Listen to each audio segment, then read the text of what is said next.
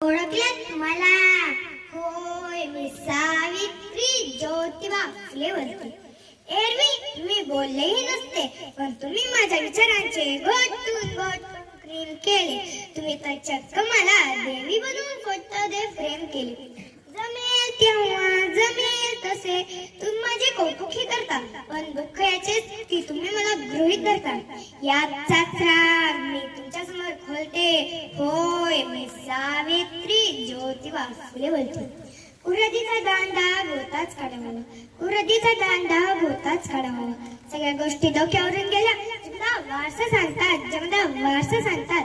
त्याच बेईमान झाला. मला कुठे माहित, मला कुठे पुढची दिसली होती.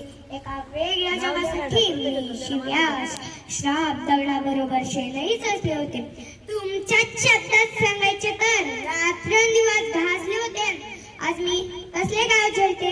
होय, मी सावित्री ज्योतिबा फुले बोलते.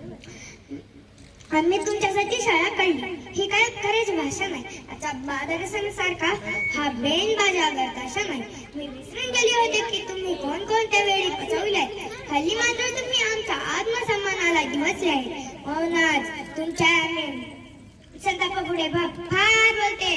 होय, मी सावित्री ज्योतिबा फुले बोलते.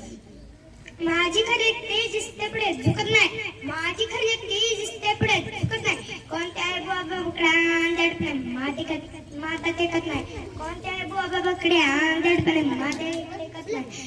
आमच्याच माती आमच्याच लोकांकडून तुझा भाव लागावा लागला. माझा फोटो काढण्याचा सरकारीच्या आळ काढावा लागला. आपल्या सोयीचं नसलो की विचारांकडे काना डोळावर होतो.